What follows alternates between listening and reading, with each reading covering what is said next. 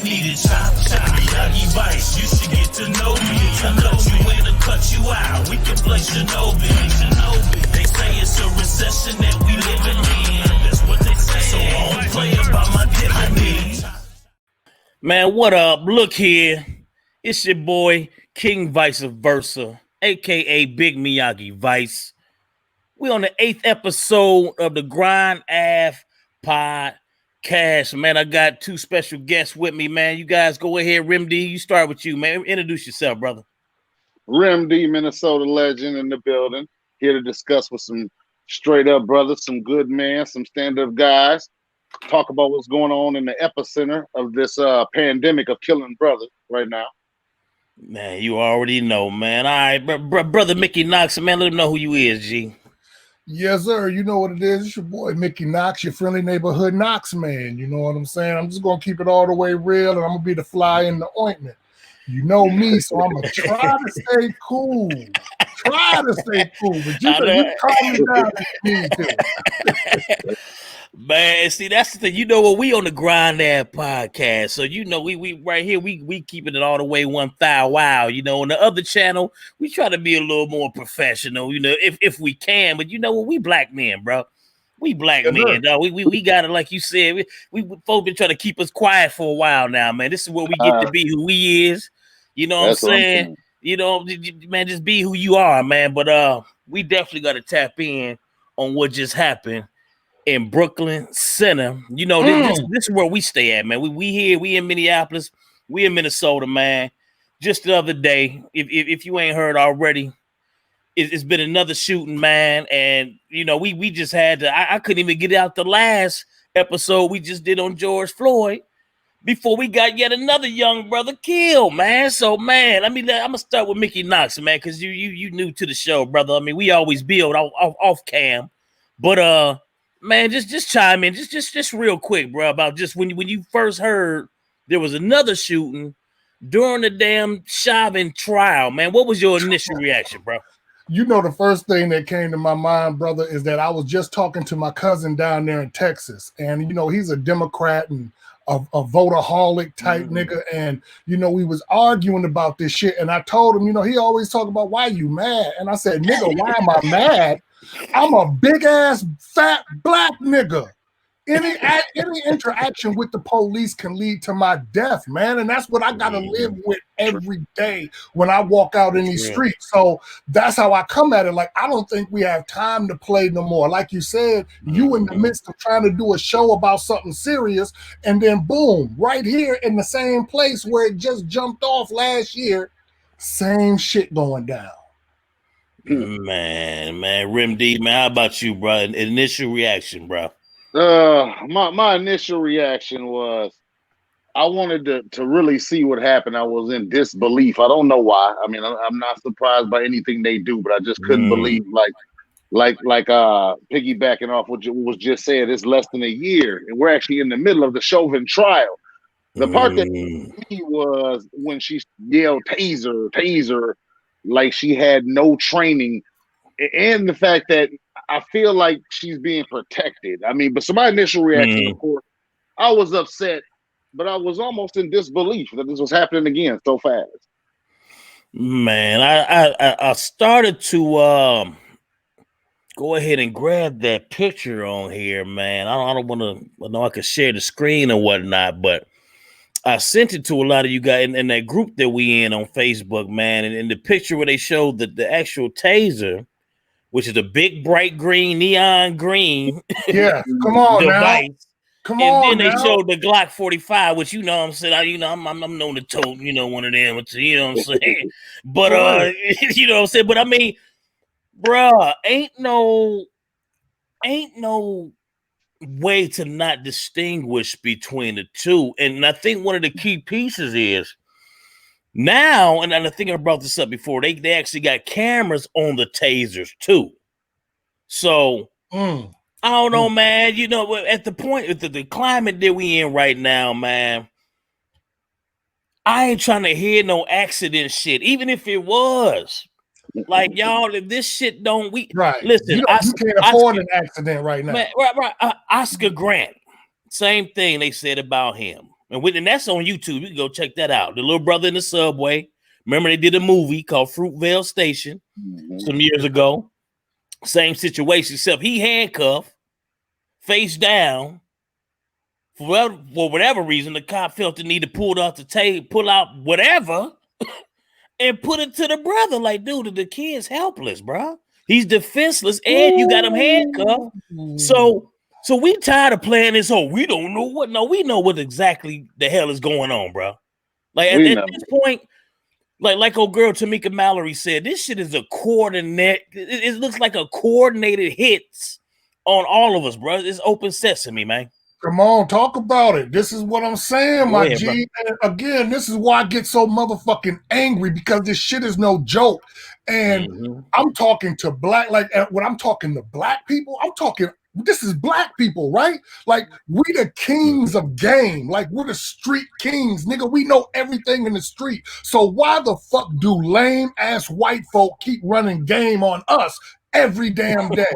Right. You know the difference between a taser and a gun. We know they don't feel this. They're not even the same shape, my nigga. You can't grab your taser and think it was your gun. It doesn't even work that way. And so I was already upset that, like you said, this is not the first time they've used this excuse. And again, like my brother said, like he said that he couldn't believe it, but he already knew he could believe it. But that's where we stuck at. Like, we be like, God damn, again. Man, go ahead, Rim D, man. Go ahead, you know what I'm saying? Chime in, man, and just, like I was saying to you earlier, Miyagi, off camera, we at ground zero in Minnesota, man. I mean, it's crazy out here, man. I ain't gonna lie to you. Even yesterday, I don't know if you saw the people in front of the Brooklyn Center police station. I mean, but it was thick, man. And then they had armored vehicles out there, National Guard. I mean, I'm not even gonna get into the whole parallels of what happened at the Capitol as opposed to what happened at tiny Brooklyn Center. I mean, let's not even get into that bullshit. I mean, I can't even believe that. But I'm just starting to feel like this is going to become Ferguson times 10, probably this summer. It's just it's lining up that way. It's boiling over by this summer, especially depending on what happens with this Chauvin trial. We may be the most hostile racial hotspot in modern history. Really, man. They coming out, and last time the white supremacists were coming from out of town last year, getting truck, renting them. I mean, we know what they were doing, man. And they want it again. I mean, they want it again.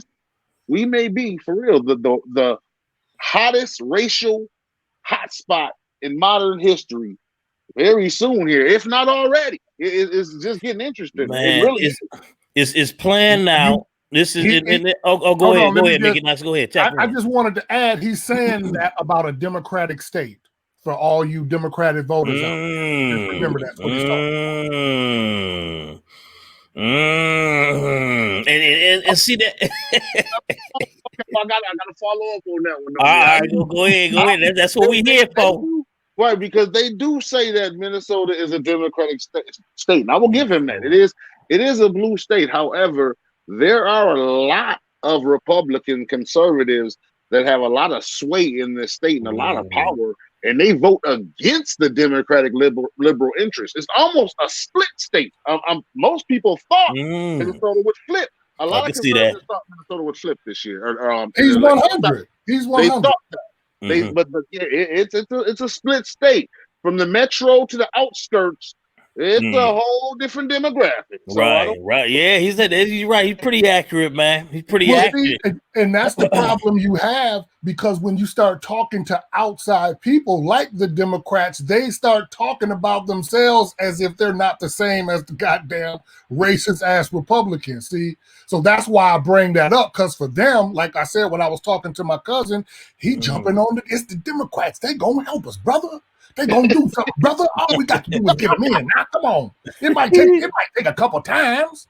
I'm like, nigga, you 60 years old. How much more fucking time you gonna I can dig it. No, I understand that. Yeah. Do not, please do not make the mistake of thinking I do not know that the Democrats and the Republicans are pretty much the same thing. That's It's the what I was same gonna bird, same bird, different wings. That's all Yes, it is. sir. So yeah, I understand that. I do. I really do. But I will say it at least appears that the Democrats these days are trying to fool you a little bit. I mean, they at least try to fool you with some diversity. It feels like Republicans. It feels like they just don't care. They like we this is where we going with it. We going white supremacy, and that's it. That's how I feel. It feels that way. Like you said, that's what they call the illusion of inclusion. See, I touched on this, man, on the other channel. You know, that's the motivated experience. I touched on that, man, and see, because what I was gonna say was, brothers, I think I said this too in the other episode. I don't even know. I might drop this one before I drop the other one, man. I mean, this is right. But we are. And see, when you talked about folks coming from other states, man, remember now, 2 years ago, Wisconsin was the #1 worst state in the country for Black people. Minnesota was #2. We shouldn't be surprised by that most folk here, like even when I was in school, man, a lot of the folks who was traveling here were from Wisconsin. They was from out of town, but still close by. And but even now, 2 years later, I think they said we're #4. And so what's happening now, man, is that these things are illustrations of that dynamic, brother. And the thing is, like, we hear the numbers, but they've been showing us at the day in and day out. But it's been happening. It's so crazy because it's been happening all around the country that we can't really. It ain't just Minnesota. Oh, hell but no. damn it! But hold on, just on my hand alone, man. Jamar Clark, Philando Castile, George Floyd, and now this young brother Dwayne Wright, young 20-year-old brother. That's 4. If we talk about just 4 Black folks killed, we had one in the mix who was not, and that was the white lady from Australia, Justine. Right. Whose family got the 20 million after the Somali police officers, Muhammad Noor, I think is his name, had shot her. And even something still don't sit right about that situation, man. Even the way that happened, something just don't seem right about that. You know what I'm saying? Like what cop reaches over? He's in the path. He reaches over past his partner and shoot the white lady after she knocked on the window. Like something just don't even seem right about that, man. I don't know. No, actually, the funny thing about that one is that's the only one that was actually a real accidental shooting. That's the funny thing. I agree. What you saw right there was a scary ass fucking police. That's what you saw. That's what a scary ass police look like. I see what you see. He heard a noise and this nigga shot past his fucking partner. Like, that's insane. I'm gonna tell you why I agree with that, because I think he's right. That was the only one, in my opinion, I agree with them, that actually made some sense. They was in the middle of a dark alley in the middle of the night, and there was a scary police officer who shot past his partner thinking they was getting attacked, and he went to prison immediately. To me now, I'm more concerned with how they did Botham Jean. You know, now that that man was sitting at home eating ice cream. I mean, how do you you cannot justify that? When they granted, they gave her what she gonna do about 5 years, maybe, if that. But if that.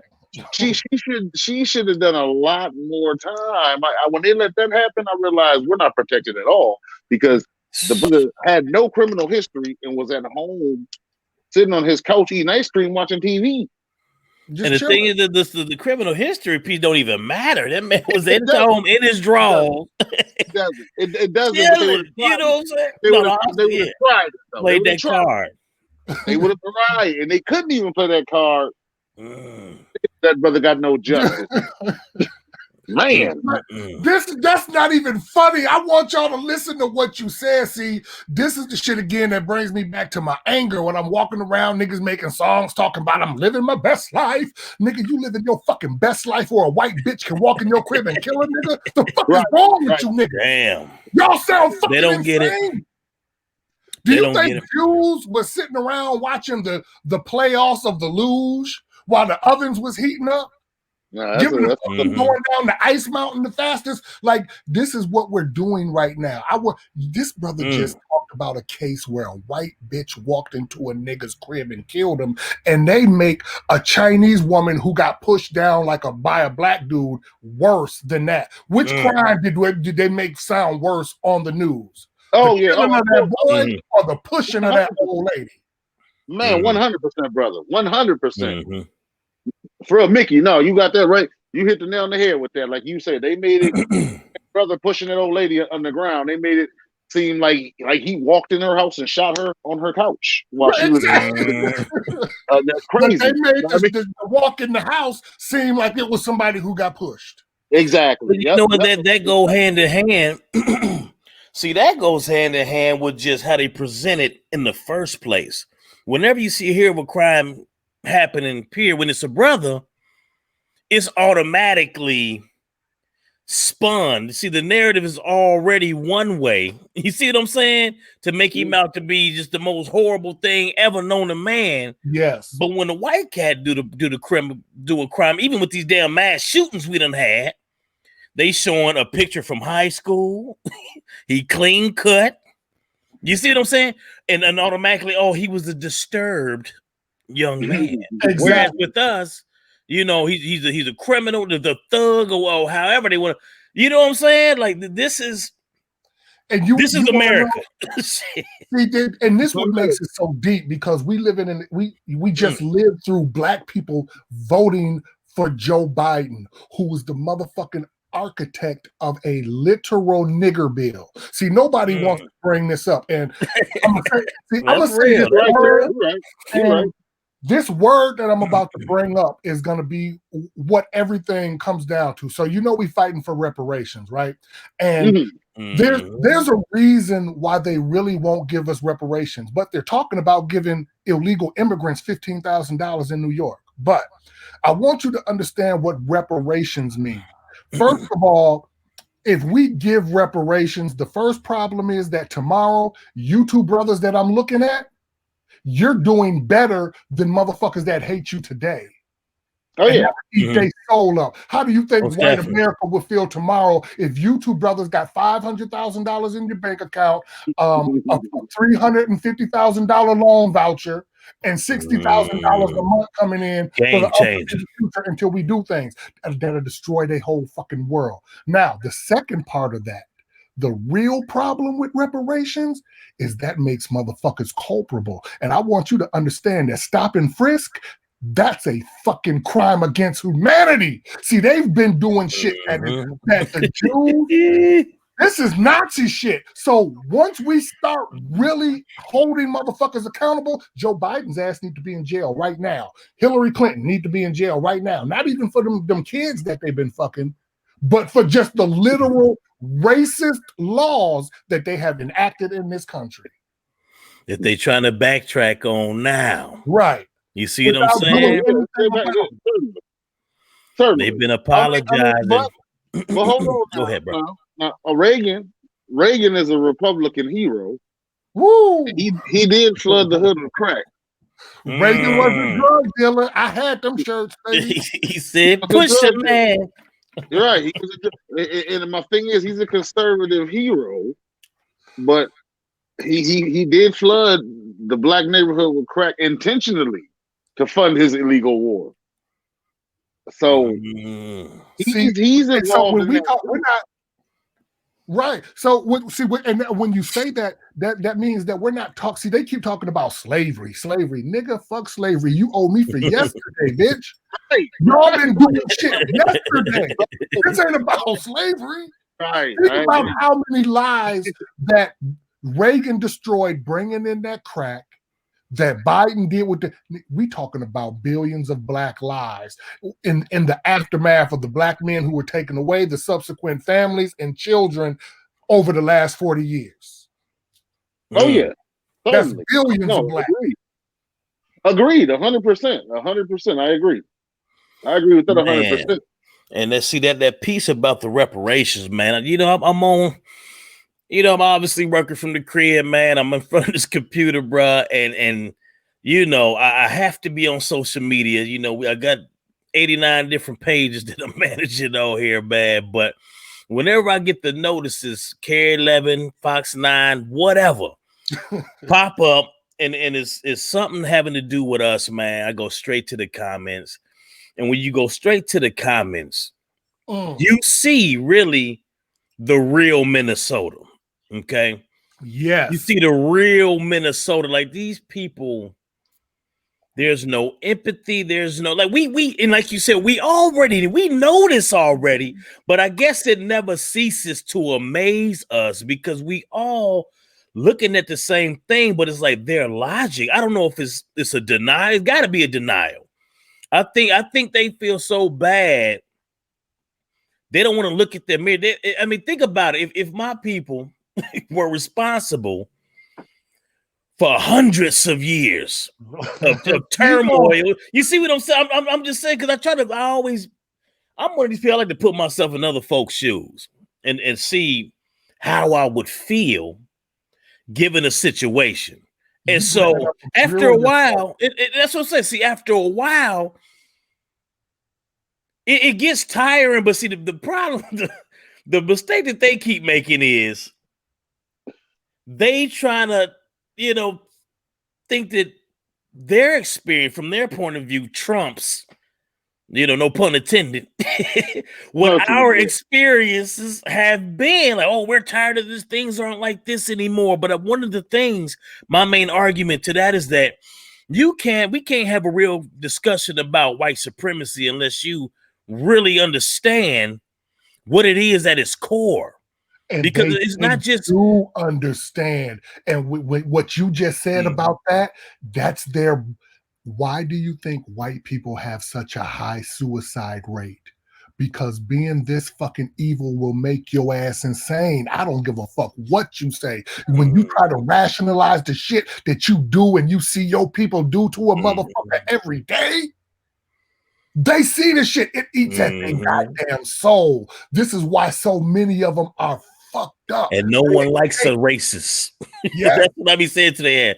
No one likes a racist. And that's that little dick energy y'all want to bring on these posts. So all the damn time. Imagine being something that you hate to be. I always equate it to a nigga who wins by cheating. Nigga, if you win by cheating, you smiling, nigga, but your soul is ugly because you know what it is. You fucking suck. You trash, right? You trash. Yeah, that's a fact. On reparations, though, I did want to touch up on that, fellas. I've been putting a lot of thought into that, seriously, on some deep thinking stuff. I'm gonna tell you, man, I'm really kind of worried because reparations was a hot button issue. It was a thing, and then COVID hit, and all this money's been handed out. Not the white man, he gonna tell you now, it's your patriotic duty. You got to understand, we paid out trillions of dollars. We did things that we can't even visit. In fact, they haven't revisited reparations since these COVID things. I haven't heard about reparations since that. And that being said, it got me to thinking, to be honest with you, it almost is like if a brother's clever enough, you got to take your reparations right now. You know, for real, you almost got to figure out how to get them PPP loans and government funding and stuff. You got to figure out how to maybe get them. You got to really, because I think they're gonna put that on the back burner.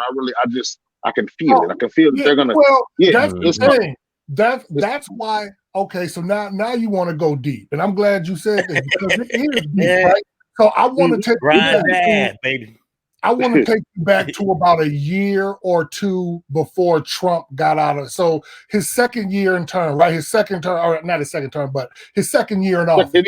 First term, second year. Got you. So the second year is when the new black media, the black underground, so to speak, is really starting to get out there, right? The Tariq Nasheeds, the Jason Blacks, the Professor Black Truths, even Dr. Boyce Watkins to some degree. Like, a lot of Black people are starting to wake up. And this is where the whole reparations issue was even coming from. It wasn't coming from nobody but the underground Black media, right? And we talked about it and we got to so many people that it made it mainstream. Okay. Now, That's fair. I contend that this whole virus, I contend that everything that has happened is literally directly tied to that they seen, oh shit, these niggas is really trying to get the fuck together. See what I'm saying? No, I was getting that kind of the same way that they did with what you just brought up, which was the same way in the 60s when we came back and they said, oh, these niggas want to get, oh, okay, bring that dope in. Yeah, see this brother, Mickey. I like Mickey. I told you. That's what I'm saying. No, they got their They see what's happening, and then they come with these plans, and you may not see it, but if you're watching, you can see it. Right now, it's set up. It's already set up where they pretty much killed the talks of reparations, and I guarantee you, when it comes back around, they're gonna point out, oh, we spent trillions on a pandemic, and they're gonna feel like the Black man. Right. He can put the side for the country. See, hold on. Real shit, though. That's real, man. That's real. That because what just happened? They just jumped on them niggas for not helping that bitch in New York. Right. Oh, that's true. They just shamed a nigga for not doing something they wasn't even supposed to do. I didn't see that one. Y'all, which one is that? I didn't even see that one. They were saying that's exactly what you are saying. They're telling niggas, hey, nigga, you niggas out here for our service. That's it. Hey, wait until y'all see that show, Them, if you ain't tapped in already. I don't watch it. We probably gonna have to come back and have another episode on that. But the show Them, it speaks to the beginning of all of this. Matter of fact, the beginning of this in Compton, when Black folks started moving to the West Coast, it ended up in Compton during the years of, 1917 through 1960 something, in that particular time frame. Right, and so it was white, and then they started in Watts. Right. And see, watch what we gonna the binge watch that joint, man. But it's gonna blow your mind, man. Well, I mean, we already know the stuff, but again, the more we know, and now that we all, in our 40s, mid to late 40s or whatnot, it's like, dude, like you said, you see it. You see everything now. And kind of going back, touching on to what you said about these young cats out here, man. They're not built the same. They're not built. When that young man, he made a song, which was a dope song, Lil Baby. Remember that song he was talking about, everybody ain't racist, blah, blah, blah, blah. I think he won, some kind of war for it, but then double back. And was like, as a matter of fact, I think most of the proceeds for that he donated. This was all after the George Floyd killing. And he came back talking about, oh, yeah, I'm done with that. I ain't trying to be out here trying to be no political or no Martin Luther King, blah, blah, blah, blah, right? And I remember shortly after that, watching some videos of Pac speaking, watching a video of Young Cube speaking at the age of, the same age, roughly early to mid 20s. And it's like night and day, bro. And so I'm like, man, where do we miss with these young cats? Is it because most of the OGs, a lot of us locked up, dead, gone?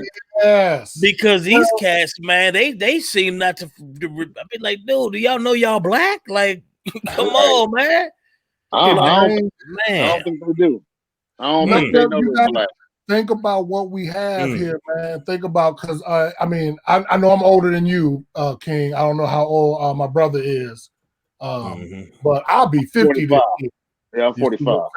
So I'm a 70s baby, and I was a highly aware. Hey, we all born in the 70s, right? So I understand what the world was and what the world is. Mm-hmm. You dig? Like when you, from what we've seen, even from the fact that, like, I told my daughter about how, because we was over on the north side, and I was like, "Yep, that's the store that Dad used to send me with a note to go buy cigarettes." Yeah, I could go buy cigarettes like that. You know what I'm saying? So when we start watching these, okay, let me bring it back.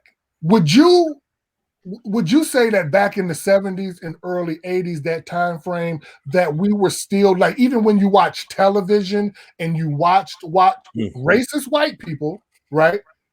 There was still an honesty to it. There wasn't this level of like fake that we have on top of it right now.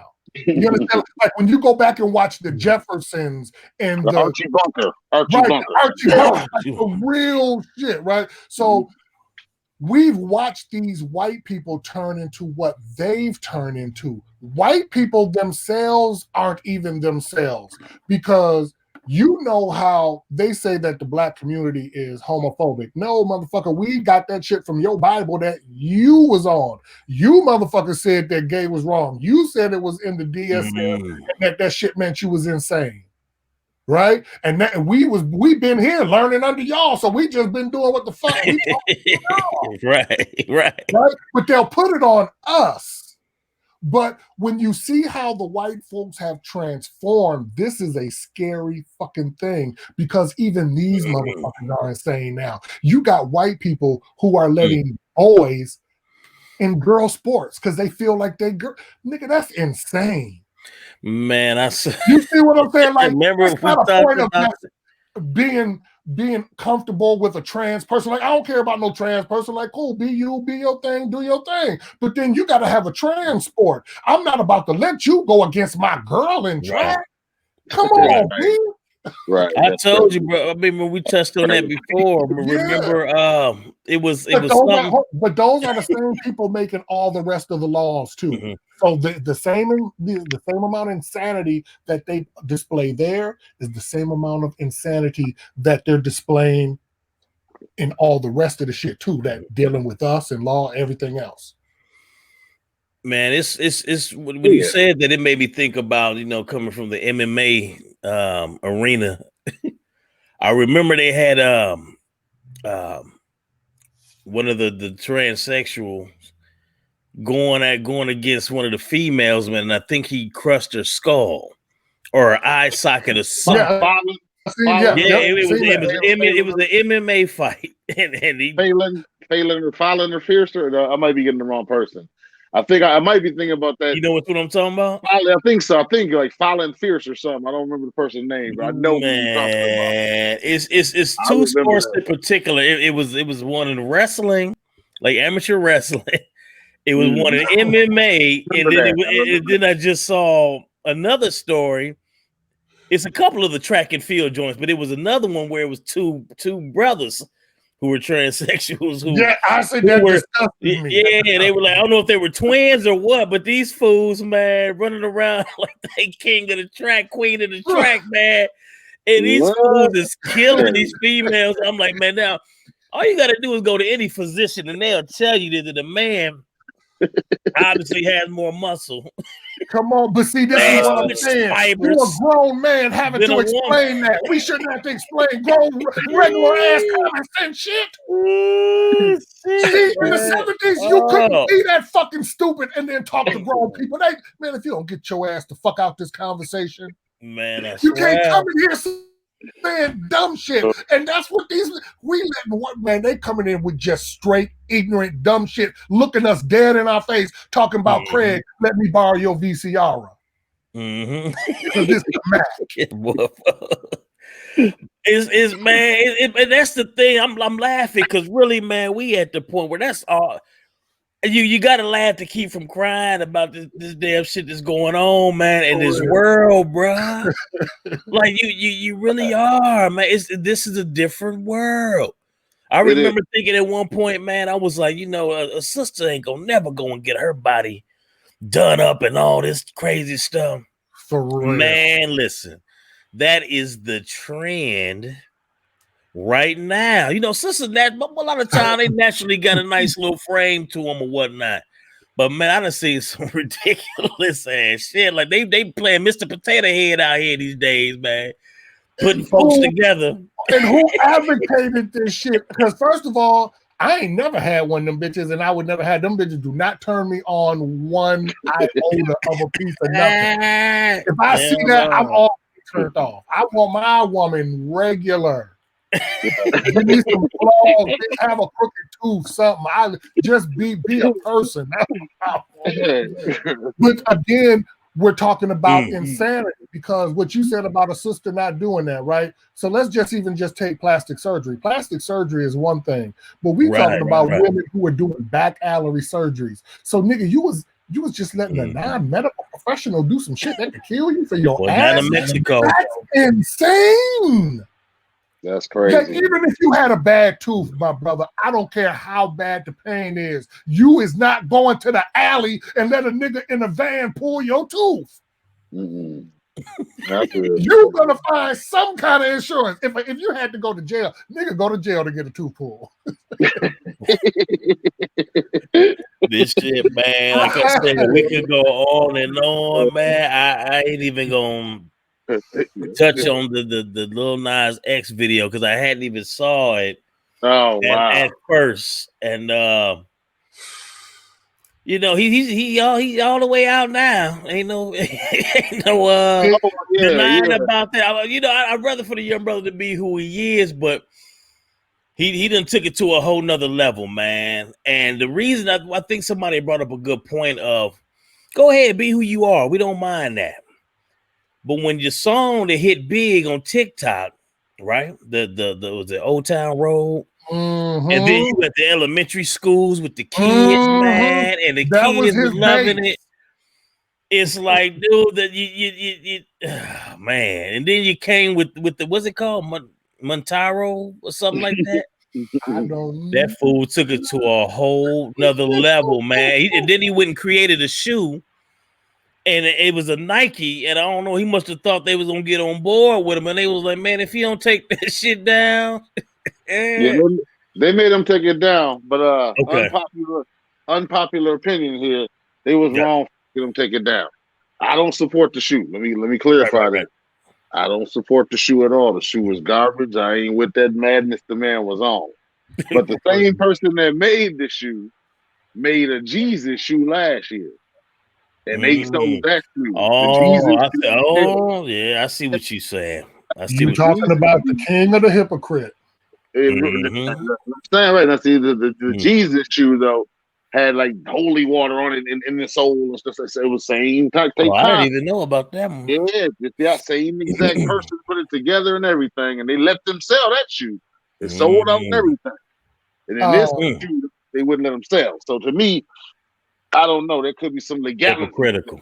Right. There might be some legalities when it comes to that. I mean, like I said, hey, I don't support the man's message, but this is America. We're supposed to be. You know, I see what you said. Freedom of speech, freedom of It's supposed to be America. You know, they let the white man make that is America because white supremacy. I think I can't remember who says it. I don't know if it's John Henry Clark, one of them. Don't quote me, but there's a saying that white supremacy plays and takes both sides of an issue. That's how they run shit. That's why there's Republicans and Democrats. They have to control your argument and theirs. This is why they can choke you to death and then look you in the face and say, no, we didn't choke you. Well, hold on. I seen a choke. No, you didn't see a choke. You seen a takedown. But no, that was a choke. No, it wasn't a choke. You see, this is what we live in. And head games. They head games. Hold on, what's that word that they use? There's a term that they made up now, brother. And it's so beautiful because they're the kings of it. Not catfishing. It's goddamn. What's the name of that term? I think I know what you say. I can't think of it either. But gaslighting. Hearing it. Gaslighting. Yes, gaslighting. Gaslighting. They're the kings of the gaslight. Oh, for sure. Sure. This is why they can look you in the face like Kamala Harris. Like, I want you to, y'all gonna make me say something real deep. So Kamala Harris said, I'm not gonna do shit for black people. No, that's exactly what she said. She would never say that to any other group. Never say that to any other group. She wouldn't say, I'm not going to do nothing specifically for gays. No. Transgenders, no. Asians, no. So whenever they come out and talk about other groups, I mean, and this is the head game. Understand the head game with the propaganda that they run. Whenever they talk about anybody else, it's direct, right? So when they talk about the Asian lady, the headline is going to have black man causes racist attack, period, right? Now, if it's the reverse, it's going to be, did a racist attack happen? When it's black people, it's always a question mark. They will never be definitive for us. And this translates into everything that they do. There's a woman, and again, this is why I get so mad, because I don't think they realize what happens to people. But the black woman who wanted to send her kid to another school, they gave this woman 3 fucking years in prison. 3 years? How the fuck is that a 3-year sentence? That's all that. There was no feminist, there was no gays, there was no Beyonce. Didn't nobody go get this black woman out of jail and say, get the fuck out of here. But then when them white people did it at that college, we let they take both sides of the issue. See, that's why jaywalking can be a crime, but it will never be a white person arrested for it. It will only be you. It's only a crime for you. Somebody made a great Somebody point. got killed over there too in Cali not too long ago, bro. Young brother, man. Only created for jaywalking. niggas. Ain't that some shit? Niggas, that's the only people laws are created for. Now, other people can kind of get caught into them because there's a system and there's lawyers and there's money involved. But for the most part, that's all it's going to be for white people.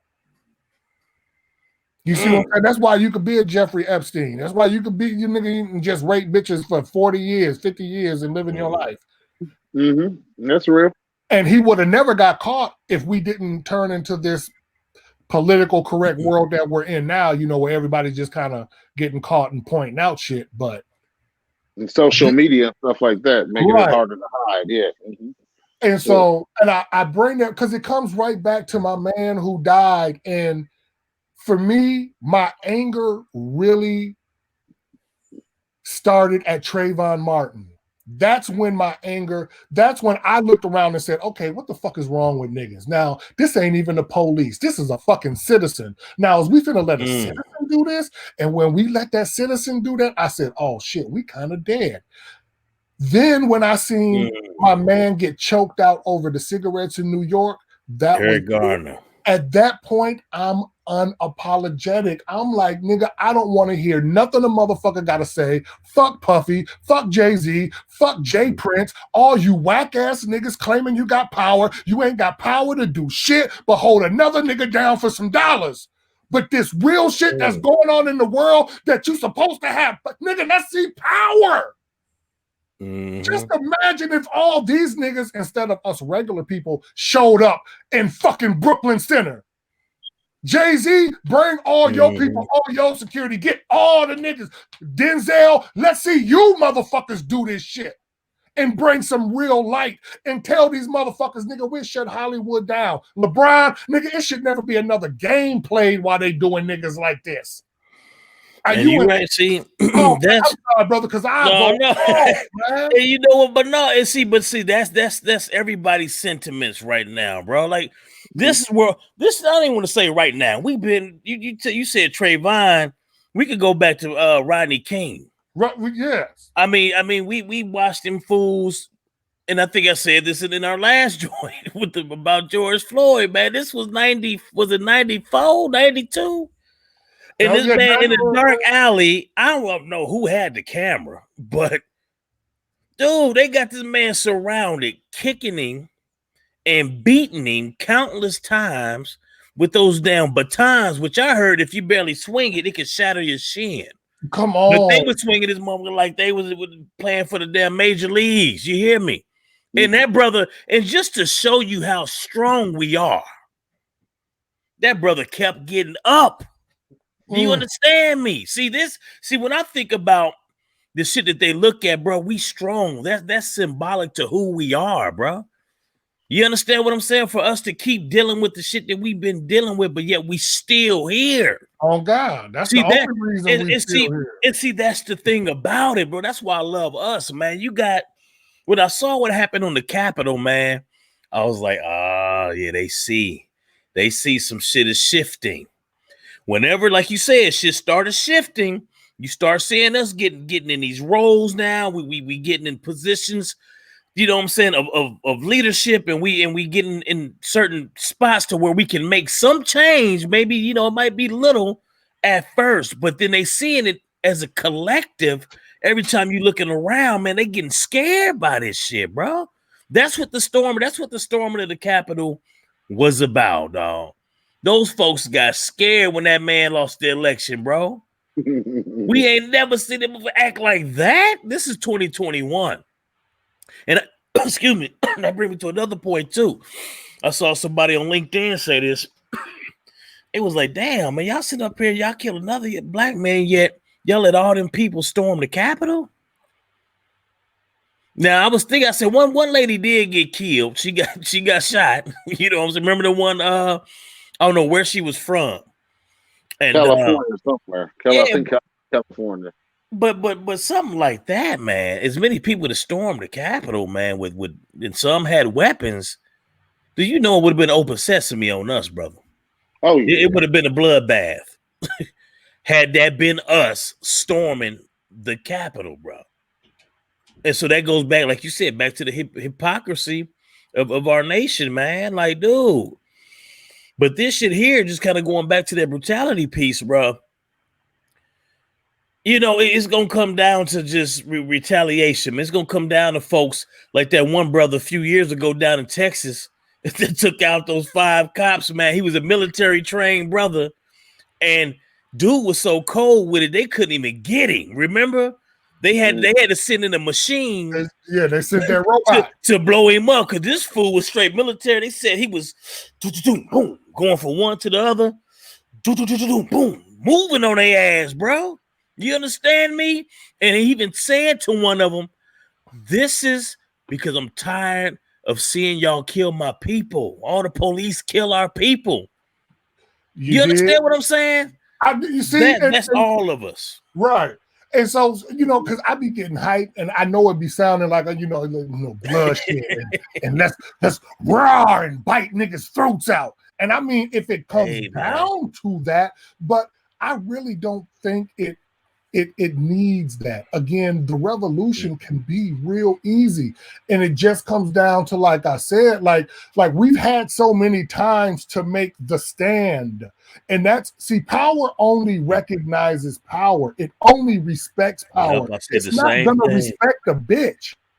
Like if the bully hit you in your face, and then you hit the bully in his motherfucking face, and then he hit you back in your face a couple times, but you hit him in his stomach in his face a couple times. Even if the bully come out on top, the nigga like, hey, this motherfucker fight. He's squad. Right, you know he got hard. He got some you hard. You gotta respect the motherfucker who stand up. Oh. And the problem is we don't stand up. So it's so easy to shut it down. And I'll give you a prime example. And I know people hate when you put it on certain people. And I'm not putting it on him per se, but fuck that. The only thing that I have to gauge manhood off of in sports is Muhammad Ali. So, nigga, if you don't measure up to Muhammad Ali, then nigga, fuck you. Like, what, I'm supposed to lower my standards because you a bitch? No. So that comes to Trayvon Martin. I mean, not Trayvon Martin, but what was my kid that was killed in the park in Cleveland? Tamir Rice. Tamir Rice. So I want you to understand that when LeBron held that championship up, when he held that motherfucker, when he wears that jersey, when he puts that shit in the air, you're basically celebrating the Cleveland kid killers. You're happy that you brought a championship to a city that hates you, that hates nigger kids. that kills fucking nigger kids, but you're the fucking mascot.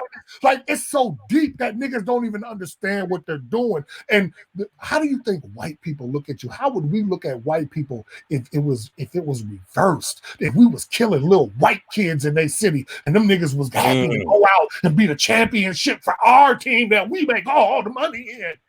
Nigga, black folk look so fucked up out here. So it doesn't have to be a violent overthrow. It has to be a man overthrow. It has to be grown motherfucking men and women who make decisions like they did to boycott them buses. Niggas had to walk for a while, but it hurt them white people's pockets. We should. That's the key piece right there, bro. Like you said, it's the willingness to, like you said, go without actually stand up. And that's what I mean by it's a different breed out here, man. I talked about, I think last time where Farrakhan was just talking about, it was one of the killings, and he was like, man, he said, we got to bring back that old black man that ain't afraid to die for his family. If somebody, one of these cops standing over your people, your wife, with that gun, he said, that's the time to die. I mean, he said that's the time. See, nobody wants to think about that part, but that is the time. Rim D, real quick, you want to go ahead and chime in, brother? You've been sitting waiting. Oh, yeah, no, I've been listening to you guys, pretty much agreeing with what you guys were saying. But I will add to that for me, as far as the time to die and all that, and like Mickey was saying, I mean, I kind of agree. The revolution, that you can go about the revolution differently now. My biggest issue, and we touched upon this last time we met up on the last podcast. I feel like, you got enough rich brothers now. They should be buying land. That's the problem to understand. Now, if you want to go with power against power, if you really want to scare them, brothers need to snatch up as much land as we can. They ain't finna give us that 40 acres and the mule. That's over. But we need to be snatching up what we can. And that right there, that's when they will get afraid. That's when they will get scared. At that point, when we actually have something tangible, such as land, such as our own banks, our own financial institutions, our own, dare I say, even our own Wall Street type system. Oh, yeah. Come on now. The game. On everything. I see what you're saying. And the problem is Willie Lynch works so good. Apparently, we can't come together because, as you mentioned last week also, Miyagi, you were saying about, them brothers who bought that town. It's actually, I think, a group of brothers and sisters bought a whole. Right. Now, how don't we have a lot of that all over the place, especially knowing the history of our people and knowing the things we've been through? I'm more upset with LeBron for not, and I'm sure LeBron's a very charitable man, so I'm not upset with him per se, but I'm more upset with him for not putting something like that together than taking them white folks' money. Because you can go ahead, take their money, but let's turn it into something positive. Let's turn it into something for our people. There's no way we should not own a certain percentage of the country. You go into every city, you'll find a Chinatown, Mexico town, all that, and what we got is the ghetto and the hood. That ain't right, and that should have been fixed by now. And I feel like we could have done a lot more to fix that ourselves. Yes, I really do. And see, what the brother is talking about is exactly what we are talking about, and it's us. It's black people. So there's a saying in the hood that we love to use, and I hate that term again when we're talking about people, and that's pocket watching. Oh, you pocket watching. No, nigga. But if you ask me a question, I'm going to give you an answer. Why are black people being subjugated?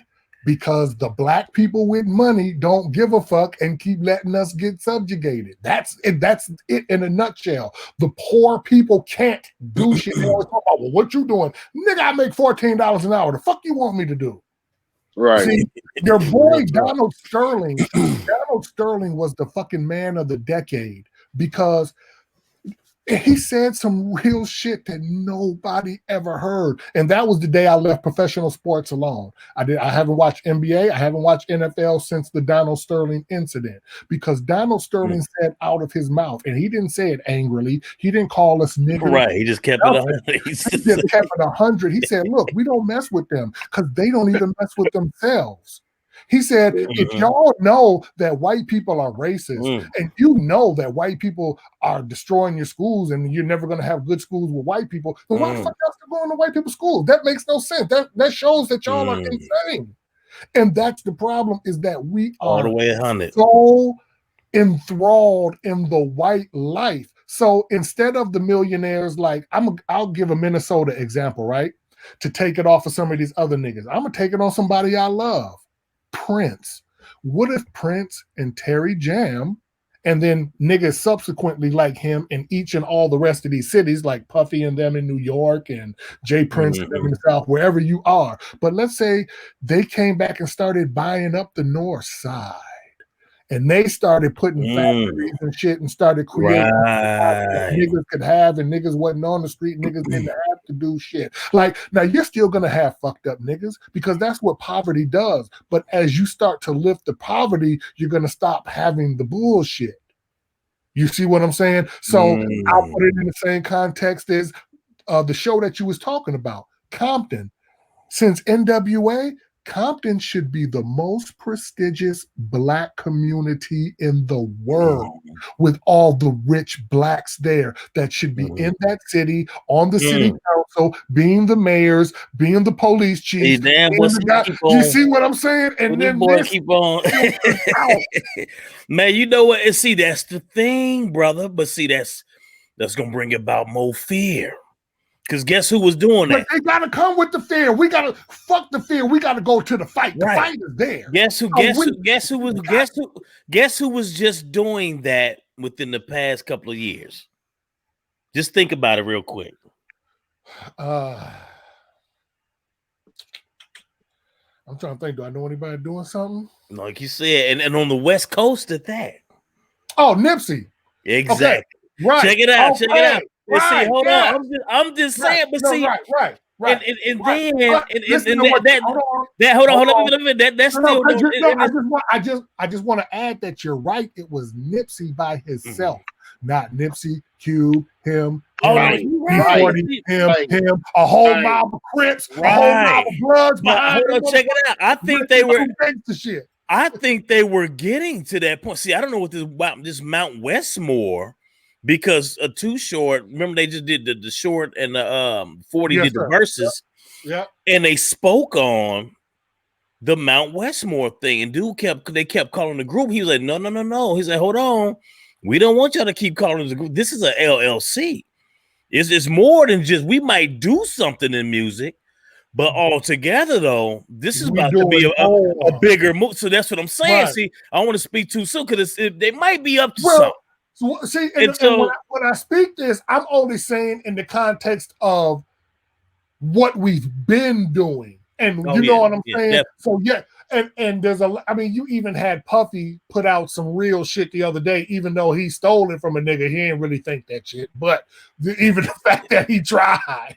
Because it's real shit coming out. But yeah, these are the things because he's part of the problem. He should have been the one. He should have real power in New York, but he don't have no real power in New York. He didn't have no power to do shit about stop and frisk. And that's when we talk about power. When nigga got power to be, hey, the fuck is y'all niggas doing? That's what it's going like that. That's that power. The group economics is what is going to take. Like you said, it's not going to be just one. What Nipsey was doing was powerful, and what I don't think a lot of people understand, that man had several bit like that damn near the whole strip, because it was a restaurant in there, it was a hair salon he had, it was of course the Marathon store, it was a barbershop, one or two barbershops. In a prime location. Prime location. That's what I'm saying, man. Like, I wouldn't be surprised. And to this day, man, I wouldn't be surprised that, them folks put that boy up to that because he looked like a straight goofy running off. I'm like, dude, who is this? I would give you 85-15%.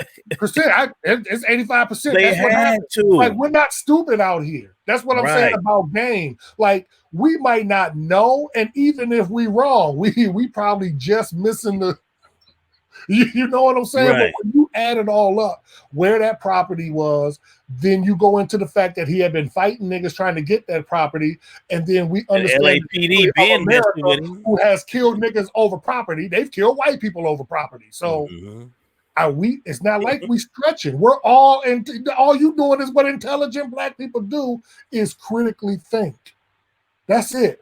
And well, that's I all don't I'm put nothing asking past for you. nothing. Shit, my thing is, it all goes back to the foundation here, brother. Like the land, this, bro, everything here has been founded upon deceit, lies, murder. Like you can't, even with the whole vaccine piece, and that's why we had a 3-part episode to that shit, man.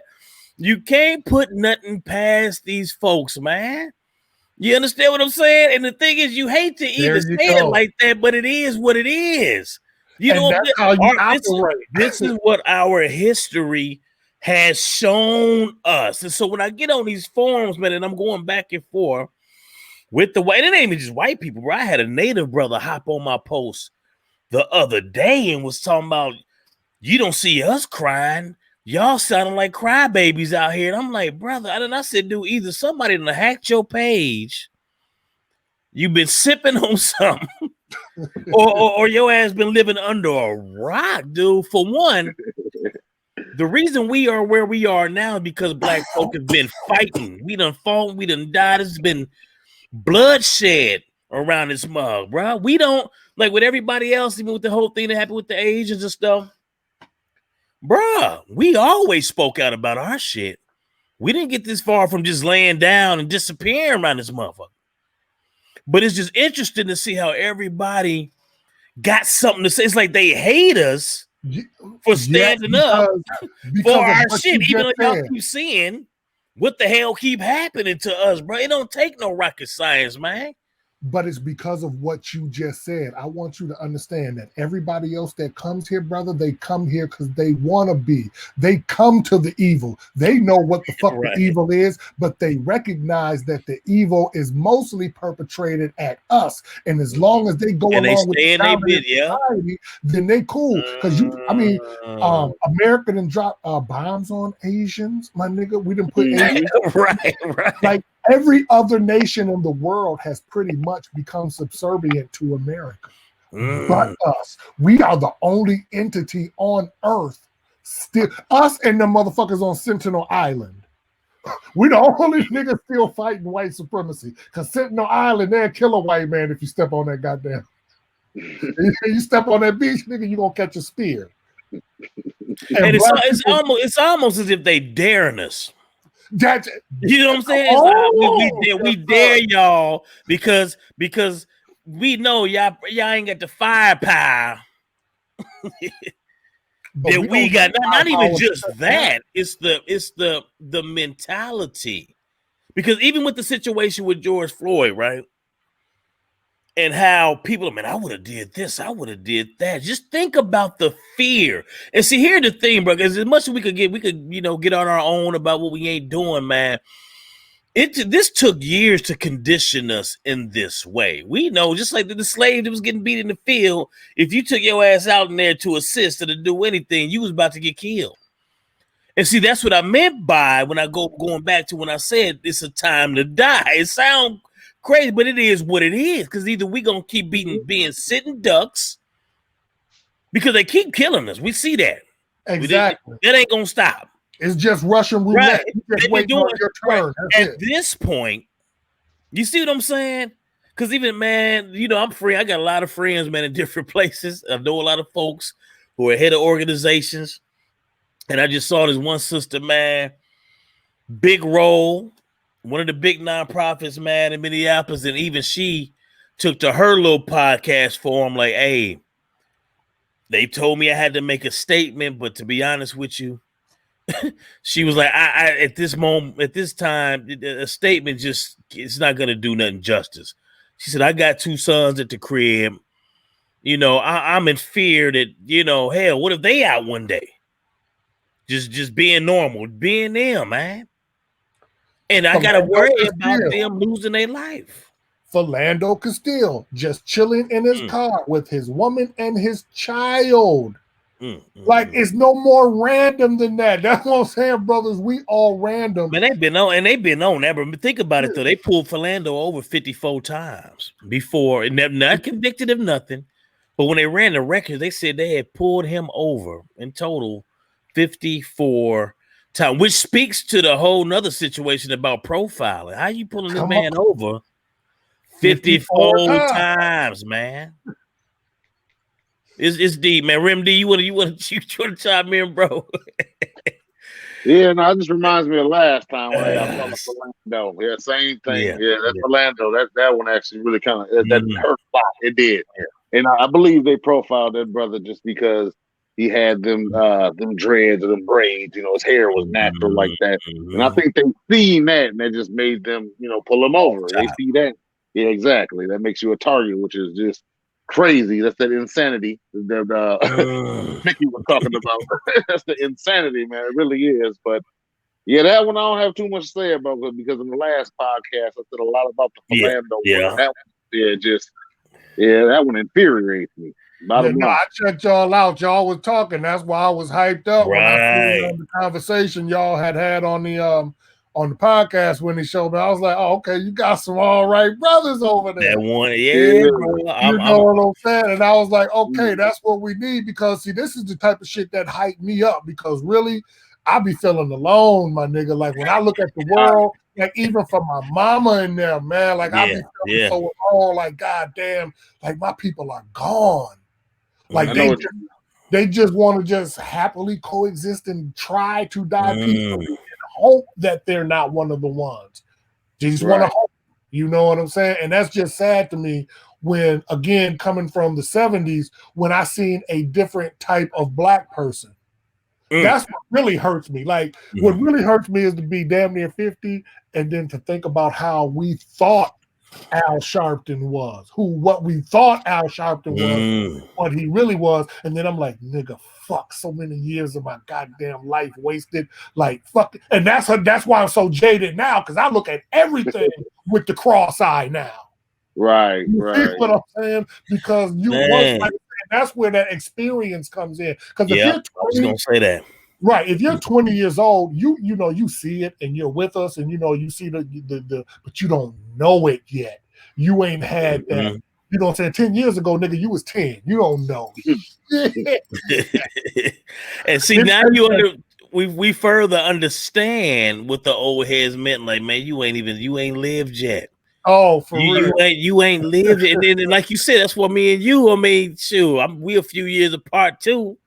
But like you said, I mean, hell, I'm late 70s, 79 is when I was born. Right. And you a little early, but we seen how much things could change just within that 5 to 10 year. You know what I'm saying? That little segment right there, so much can change, bro.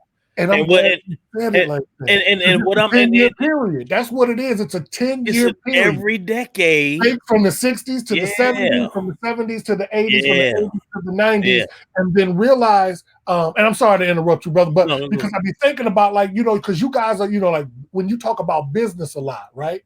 And what business do, what real business do is like, they plan ahead. Like, they got a 10-year plan. They got a 20-year plan. Yeah. These motherfuckers they got a 30-year plan for niggas.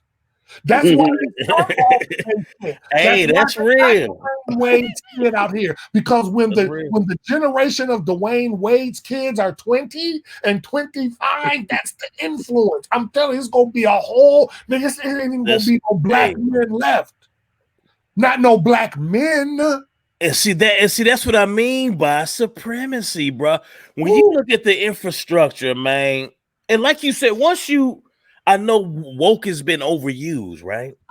But that's really what it is. When you snap into the like the brother, I think I said Logic this video about this brother who was, he was just changing his mind about Christianity. It's the brother on Facebook, his name is Kevin something, but he got the 2 wives. He got the 2 sisters. That's not the Kevin Samuels. It's something like that, but that's what he was saying. Like, his rationale he gave was so on point, though. But he was just saying, man, how people are looking at him. He said it's like y'all are stuck in the Matrix. He said, when you think about the Matrix, think about it. whenever the Agent Smith was changing, right? He was like going crazy and getting all doing like this, and then he morphed into something else. He said, that's how I look at other people, right? Who are still stuck in this. He said, y'all understand, I'm outside of that shit. I live my life differently. So to you, this might look unnatural and shit like that. He said, but if you go back in history, he said, and this is why I start changing my views, because what's written in the Bible and what's in throughout our history is not a parallel. You see what I'm saying? And so that's what I mean by it's like a paradigm shift that starts to happen when you start really paying attention to the shit that's going on. Like now when I look at stuff, bro, it's like it's all a play.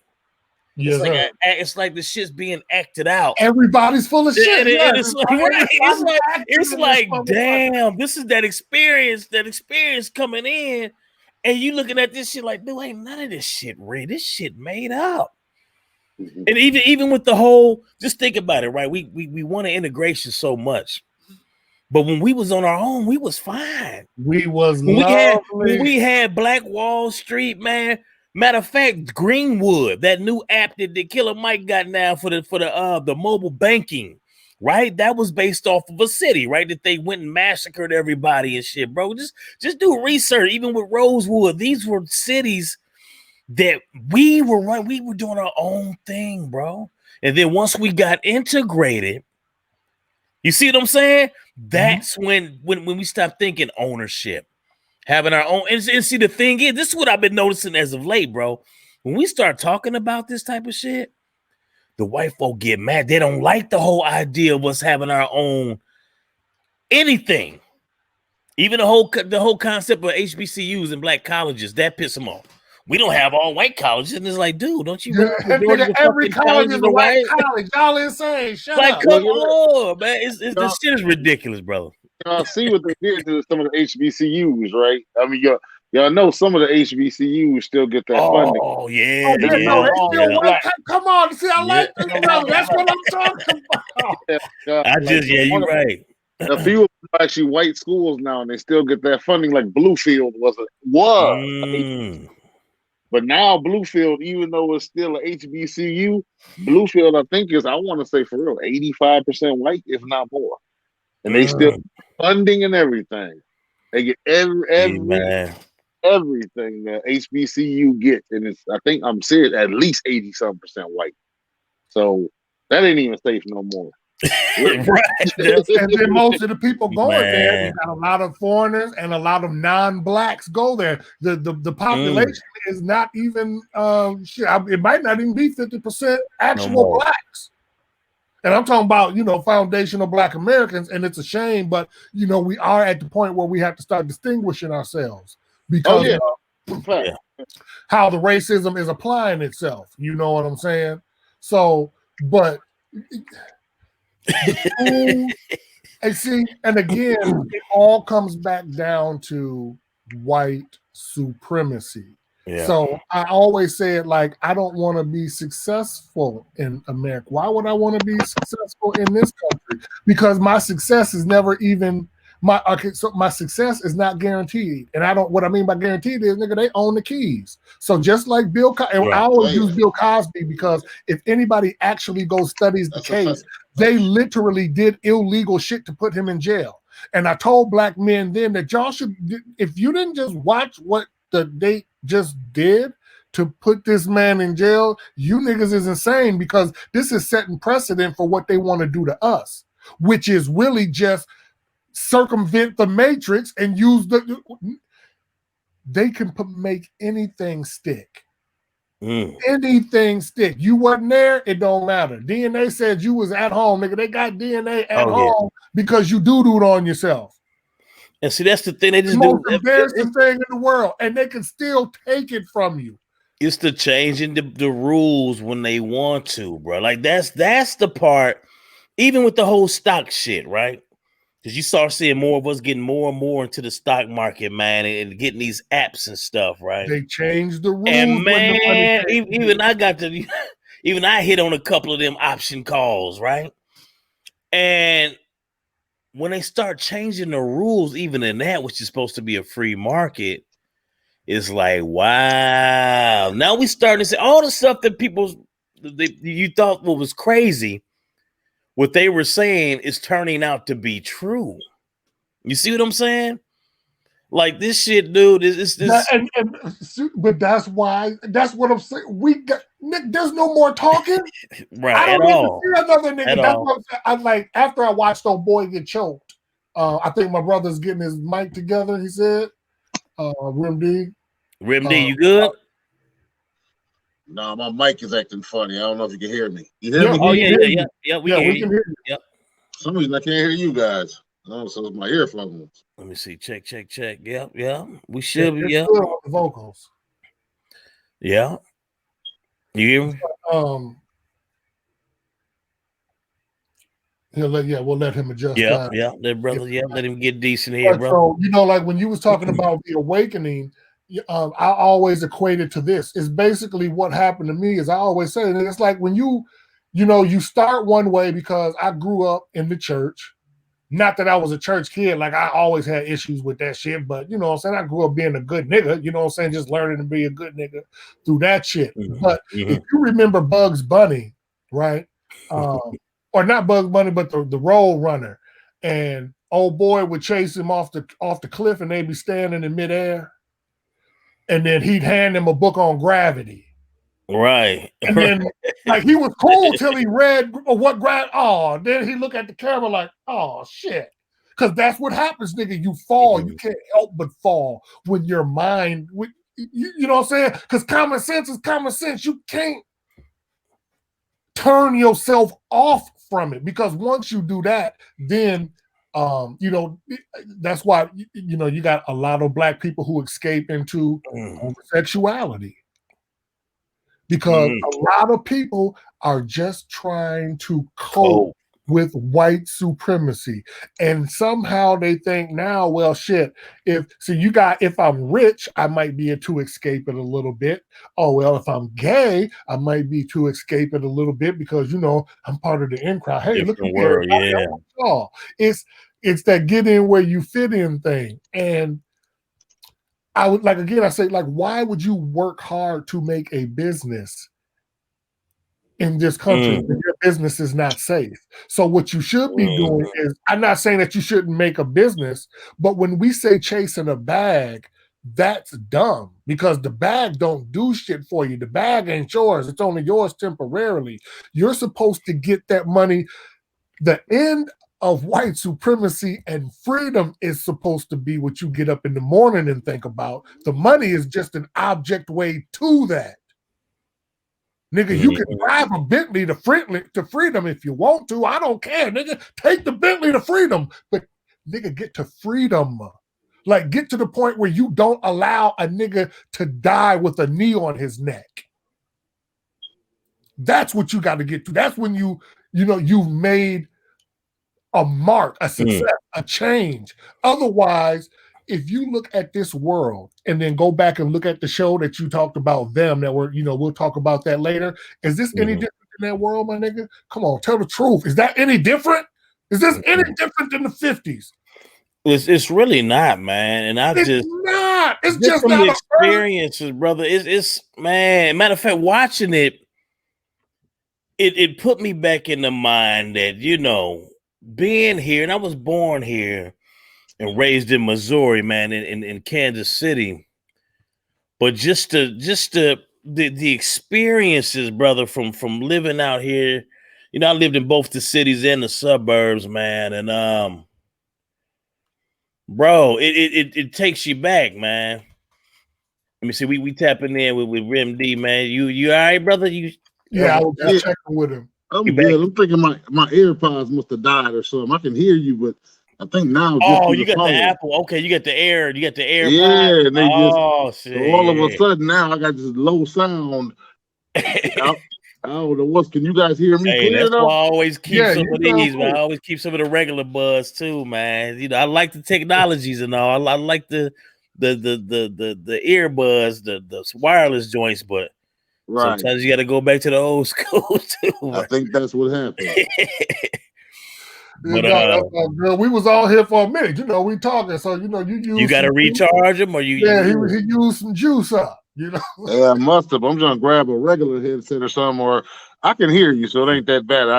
Can you hear me though, or is it low? Oh no, we can hear you good. Okay. Right. Good. So, I think, to tie it all back together, man, when we came in here and we talking about the murder that just happened within the midst of this trial, like you see, when we talk about this shit, I always equate it to that dessert called tiramisu. And if you know tiramisu, it's a delicate dessert of like 1,000 layers.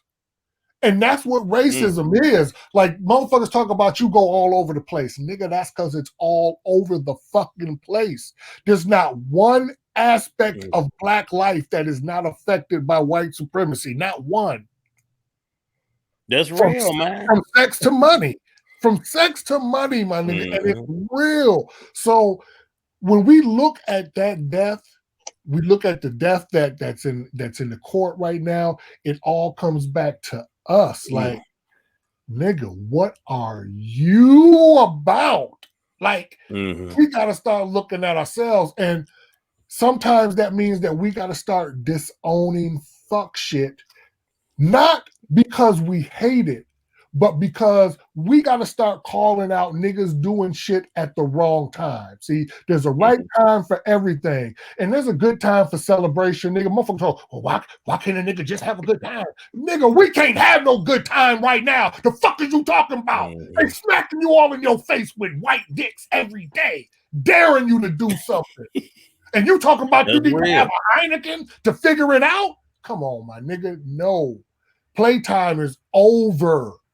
We got to make I'm telling you, a stand, and I think it's people like us, just regular brothers, you know what I'm saying, that are starting to get out here, and then other brothers are seeing it, and then other brothers are seeing it, and the message is starting to filter out, and it's going to start filtering to them rich niggas too, because if we all start holding accountable, if we all start saying, hey, LeBron, nigga, you cool, nigga, man, but fuck your jersey, nigga. Until you really get on this shit, nigga, until nigga, you got to be on that reparations, nigga. Fuck that, nigga. Brown ain't on the reparations, nigga. Fuck that triple double, nigga. I want that. See, we got to have niggas in the hood talking like that. When niggas in the hood start talking like that and start looking, the gang members, the Crips, the Bloods, like everybody. And that's what I'm saying. We need to be on the same page, bro. That's what it is. The same on code. Same pay all the way around. I mean, I'm talking about the folks who's in these positions within these organizations too. Need to be deliberate about hiring your people. You see what I'm saying? Be deliberate in your work, man. Don't let them use you as a pawn. You see what I'm saying? Because, like I said, that goes back to the whole illusion of inclusion. Don't let nobody put you in that role. And they utilizing you as an instrument, man, against your own folks, man. And so it's, man, like I said, we've been going again, bro. We already at damn near. We had 1 hour 30, y'all. And but no, I wanna kind of get back to the young brother too, man. And Daunted Wright, man, just it's just some of the finer little details. And I know stuff is still kind of playing out, man, but right away, right? So I checked out one of the I think it's called the North Crime Watch or something like that. North Crime Watch page. On Facebook? And I think it's the police precinct page, what I think it is. Because they had the boy Rap Sheet. They tried to say, oh yeah, we ran into him back in 2019. We just posted this, blah, blah, blah, blah, blah. And now but it's like, what is you saying? You know what I'm saying? I mean, again, it goes back to what we just talked about, man. When something happens to one of us, that's they first. That's they go to. Let's show the world about what type of person that this is, even though it ain't got shit to do with what that woman just did and why she just retired. I just saw the article today too that the cop actually retired. I guess it was false that she committed suicide. It was reported that she committed suicide and that she was a rookie when in fact she'd been on the force for 26 years. And she was the senior. That's officer. why she the one who did it, because she knew she could get out. She And good. She when gonna I get her saw that, attention. man, when I saw that footage, man, it was like, you know what? I should go to my damn page. When I saw the video, man, and it was two guys on scene already handling the young man. She wasn't even needed. One of the dudes looked like he was at least 6'4", 6'5". Then you had another guy, you know, who was there assisting him. They didn't even need her. It looked like, from the outside looking, it looked like two people was jumping one person, and she the third person looking in, trying to get a cheap shot in, and was like, pow, oh shit, I shot him. That she actually said that, oh, holy shit, I shot him. They're like, bitch, you shouldn't even been in the vicinity. You shouldn't even been in that. You understand what I'm saying? So I understand that the brother, even though they had him, he tried to flee back into his car. Well, Richie really wasn't going nowhere. They right there. But they always say things that don't matter. Right. You see what I'm saying? It's like you can say whatever you want about the nigga. I don't care if he already killed 89 motherfuckers. That has nothing to do with what you did. They did their job. Yeah. See, because his bad actions do not negate your bad actions. Now, if you got a taser and you tasered the man, we wouldn't be talking shit right now. You've been on the force over 20 years and didn't know. Come on, we're not stupid. And we have to start setting the narrative and stop allowing them to set the narratives. You know what I'm saying? Which you know, we're doing a lot again when we get out here and start talking to each other. But this is that bullshit. The boy who shot Philando said the same thing, didn't he? Didn't he say the same thing? He was like, he's like, why did you shoot me? He was like, I don't know. Come on, this is the type of murder. You can hear it in his voice. He was scared. On. These are the type of murders that are allowed to happen to us. I don't know. So even, nigga, he was no threat whatsoever. Okay, let me give you another one. I forget the man's name, but if you look it up, I want to say he was down in Florida. I want to say he was a reverend, and he was pulled over on the side of the road, and he was changing his car tire. Now, in the midst of that, a police officer rolled up on him, and not the police helicopter, but the news helicopter was above them. Now, the news guy in the helicopter was the husband of the officer that was down below. So this female officer walked up on this reverend, and the first thing you hear from the guy in the car or in the helicopter is, "Oh, he's sure a big one. Look at him. He a big old one." Oh, that was you know what I'm talking about? That was not Alton Sterling. No, it was. No, I remember that one. Yeah, his car stalled.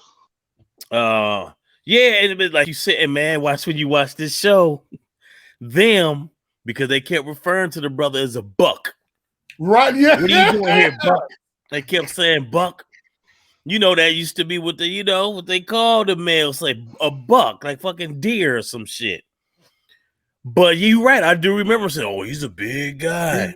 Damn, what the hell? I forgot that man's name. But see, that's what I'm saying. It's been what I be telling people within this last, because that was 2014 with Michael Brown, man. But the last like 6 to 8 years, bro. Think about it. Everything we talking about is like a cluster of them. You had the Trayvon, you had the Tamir Rice, you had the Sandra Bland, right?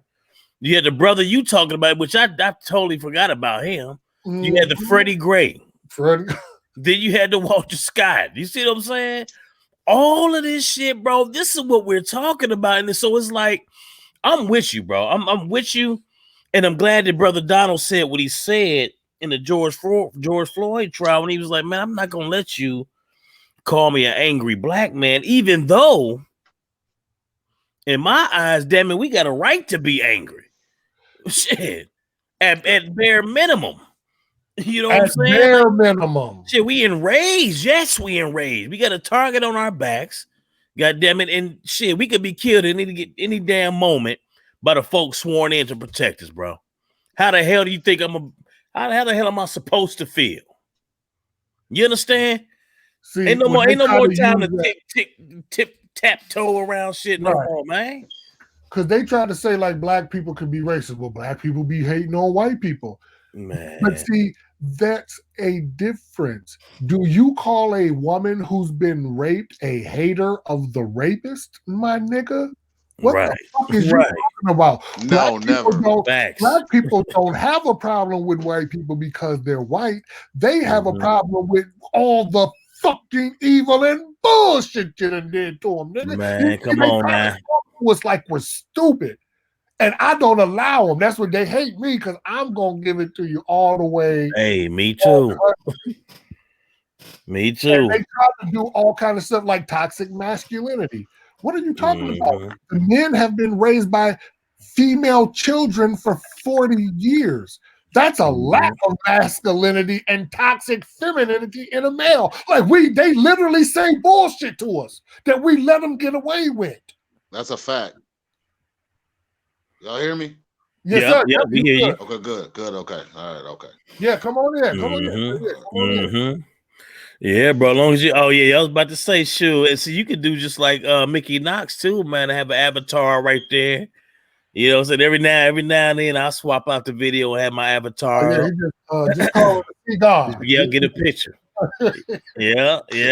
And I'm gonna say here too. Right now. Hey, send me that JPEG too, because I think when I do the thumbnail for this episode, I'm gonna use that, because that seemed to be your that's like your logo right there, Mickey Knox. So make sure you send me. I'm gonna need that so you know that's your signature. Oh yeah, that's the Mickey Knox. Yeah, man. Email. That's me, man. I'm the old ass hip hop Yoda, nigga. Like the Yoda. Send me that file. I love my people, you dig? And it's just sad that they don't love themselves as much as we love them. Man, but see, man, I hear you. I was gonna say it's just like with the kids, man, coaching the kids, and it's like, you know. When I had my son in wrestling, man, and you know, I'm a dad, you know, I want my son to walk in my steps and be, you know what I'm saying, and be that thoroughbred, man. And it took another coach to be like, you know what, man? He said, you know, but these kids, you gotta understand, they'll get it when they get it. You know what I'm saying? They'll get it when they get it. When they get it, right. And see, right. But see, unfortunately, though, like you said, though, man, we in these times we in right now, it's like, dude, we got to kind of get it a little bit sooner. You see what I'm saying? We can't be sitting up here in la la land, because I done met folks, man, our people who flat out they just, because they was raised in the burbs and they just didn't experience a lot of the same shit that we have yet. They really be speaking on some other shit, man. And I'm like, listen, step outside yourself. Yeah. Even if you yourself can't see it, goddammit. We all saw Sandra Bland. We all saw Freddie Gray, Philando, the George. We all seeing this shit. So even just based off of that, if you can't sit back and say, you know, man, we have a fucking problem. We have a serious problem. We've had this for quite some time. And at the very least, you should be speaking up about it. Well, that's why we have the generation that we have. See, when I was in school, we were still taught critical thinking skills. Like, this was literally a course. This was something they taught you. I remember that. I took that too. Right? Mm-hmm. So now we have basically a bunch of, I mean, from maybe 30 and under, like the 30s to 20s, they're all basically just grown-ass children. They're adult children. Oh man, not physically they even look like that, bro. When I look at the young man, not to cut you off, but yeah, when I looked at the young brother, man, and mind you, it's this kid swag shit they got, but it ain't even just the kid swag and then they clothes and shit. They actually look like even looking at young Daunted Wright, man, he looked to be about 15. of 16 years old.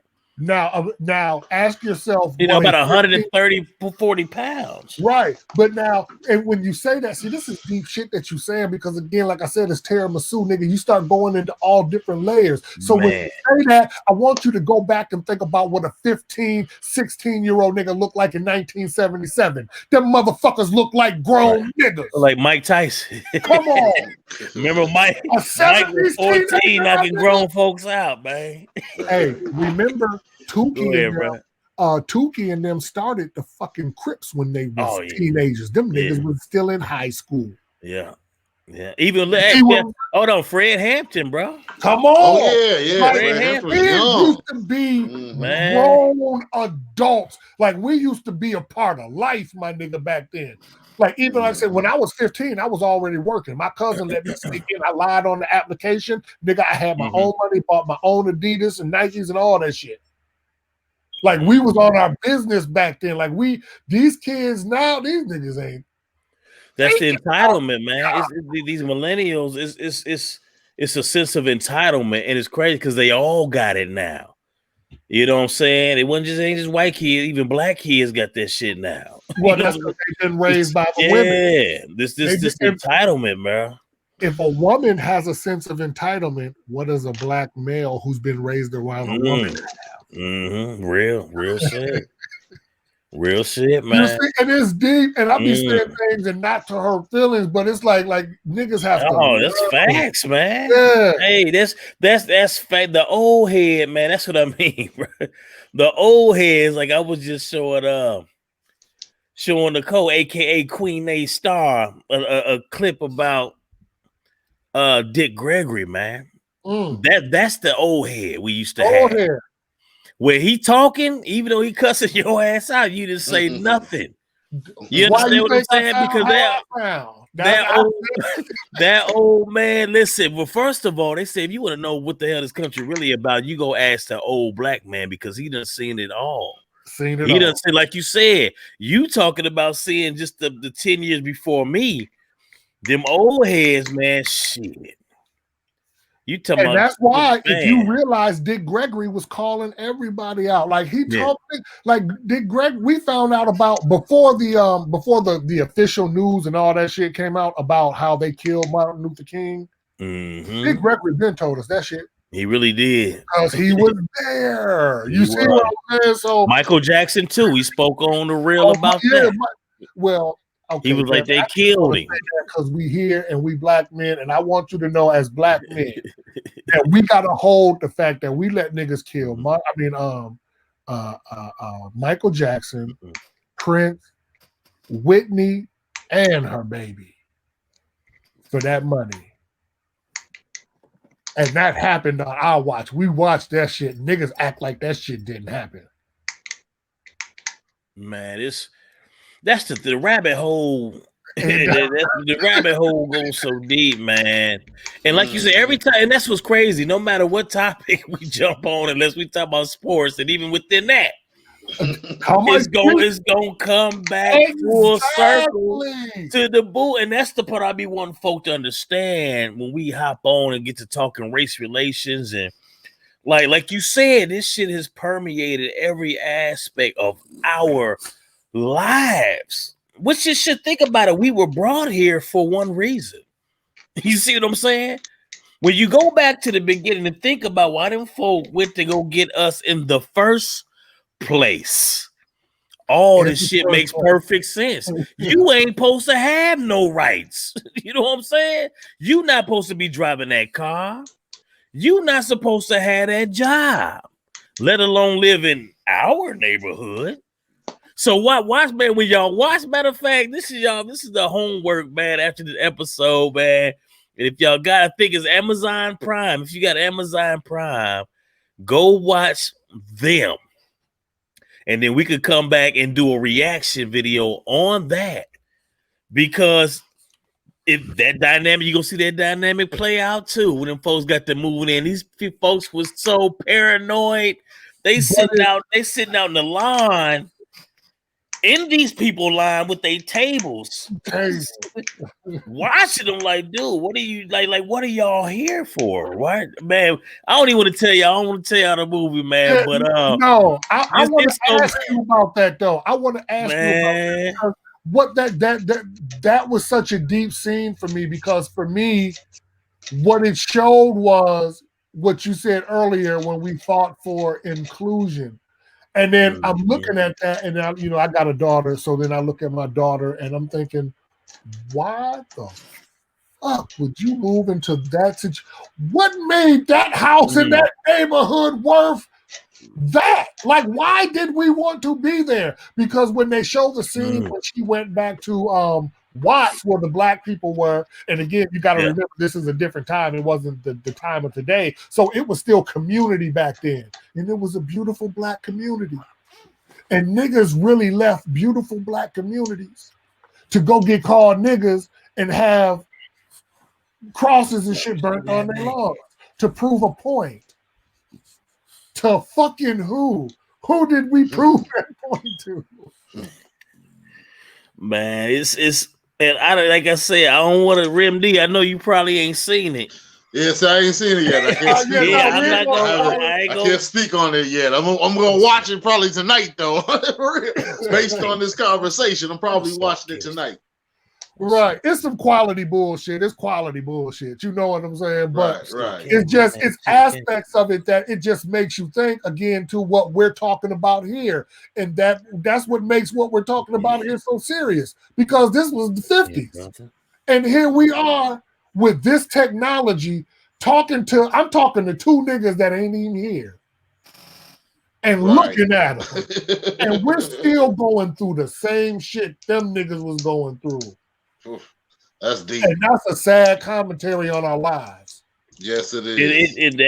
That's what folks don't be understand. I know every time I get on these forums and these social media sites, man, and I really do. I try to not to get worked up or even try to engage these folks, because that's the thing. The educator in me feel the need to break this shit down to them. But see, this is willful ignorance. This ain't folks who truly lost or don't know. This shit is willful ignorance. They try not to understand what the hell going. They really don't give a shit. Let's be honest. They don't give a shit about that. Quit your whining, quit your this, quit your that. That says a lot. And if you go on to LinkedIn, which is more of a professional site, it's the same shit. And I'm looking at these folks, HR executives. Yeah. You see what I'm saying? Yeah. We sit up here wondering why these companies look the way they are. This is where we're fighting, because you got them. And you got these folks in these positions, man, purposely keeping folk out. You see what I'm saying? Like, this shit ain't nothing. That's the thing. None of this shit by accident. They don't mind throwing a few dollars at the whole diversity initiative shit, because at the end of the day, it's only, okay, we'll let a few of y'all in. You know what I'm saying? We'll let a couple of y'all. Matter of fact, we'll pick somebody who's a figurehead, put them up front, and act like we really doing some shit. You see what I'm saying? But we really not.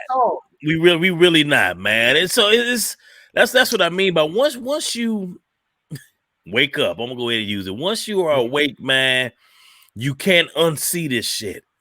You can't unsee it. Once you see it, you can't unsee it. And see, I'm cut from that, like Mickey, man. We cut from that cloth, man.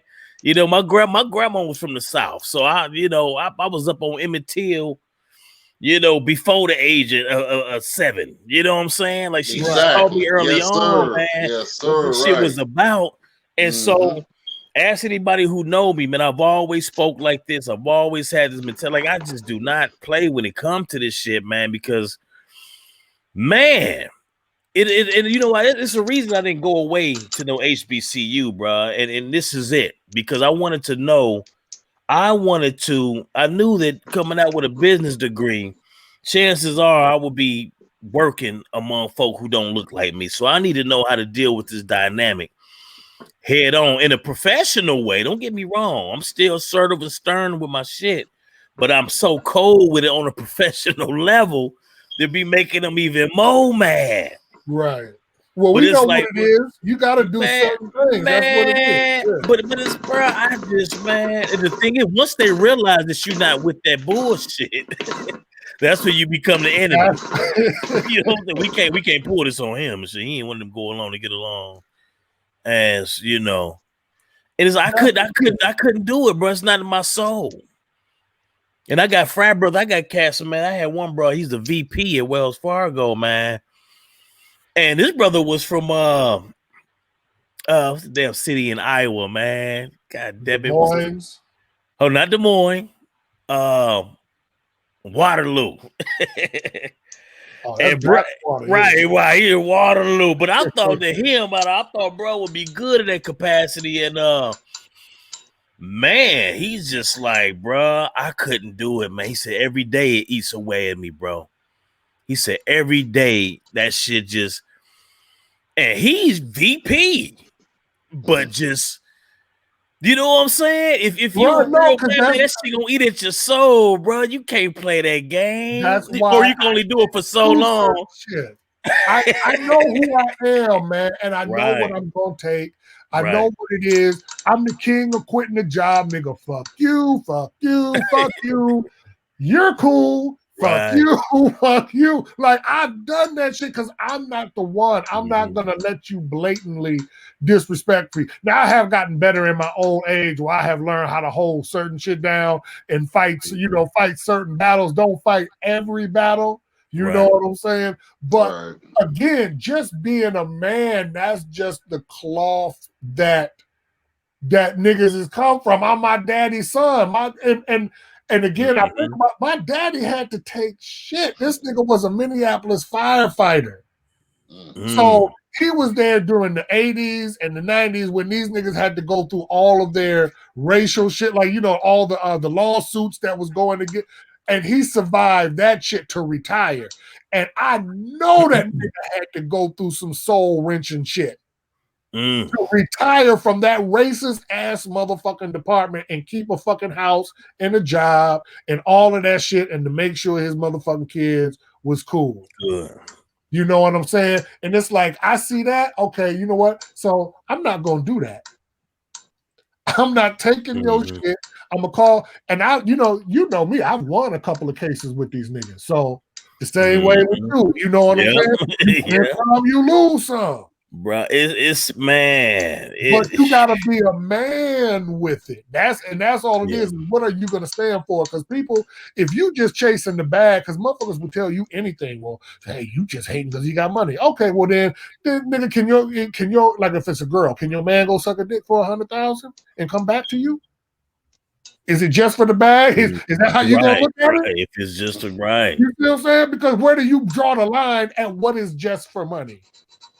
And that was going back to my episode 1 on here of the Grind Dad podcast, where they had Monique and Steve Harvey. That situation where they sat down. That was that same dynamic that played out then too. And that fool had the nerve to, you don't be talking. No, you don't.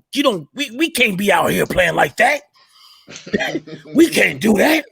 Okay. No, forget your integrity. Forget your integrity. And then he came back and tried to push it around. That too, baby. You know the funny thing is, I wouldn't even mind a coon. Here's the funny thing. I wouldn't even mind a coon if a nigga cooned for the undercover. Nigga, if you was a coon, be the spook, but you was coming back out the door. Money, and you was coming back and opening, I'm like, really opening doors? Like you was, okay, go do that. Like that's, I always say, like, even like Tariq Nasheed, right? Y'all know who that is, right? Yeah. Yeah. Okay. So if we found out Tariq Nasheed was gay, I wouldn't give 2 fucks because he's been doing what he's doing. See, it's your actions. I don't give a fuck about all that rest of it. That's just like we know some street niggas. And I know street niggas that did some things, but I know who you is. Right? There's a street nigga who will kill a kid, and there's a street nigga who won't kill a kid. Right. There's a street nigga who, some street niggas will protect the kid. Yes, sir. Yes, sir. There you go. I know what you mean. I know what you mean. I can respect everything based on you, you know what I'm saying? Context. You are. And that's that's character. There you go. That's the word. Character. Yes, sir. That's what it, and that's the thing. Shit done changed even so much from that standpoint of you know, like you said, just the street cat. We all grew up around them old heads who used to, even if you know they was doing whatever, they like, hey boy, you need to stay up out these streets. You know what I'm saying? Ooh, this ain't for you. Blah blah blah blah. They skip. You understand? Like it done change so much, and like we said, that could go back to Kingston over here wilding. Go back to just the OGs, man, and how they purposely took them away, man. I think about Larry Hoover, man. Like, who, bro, had so much power even from behind that wall. They had to take away. I think they took away his phone privileges too. Like, nah, bro. They locked him away. They was like, yeah, bro, we can't even.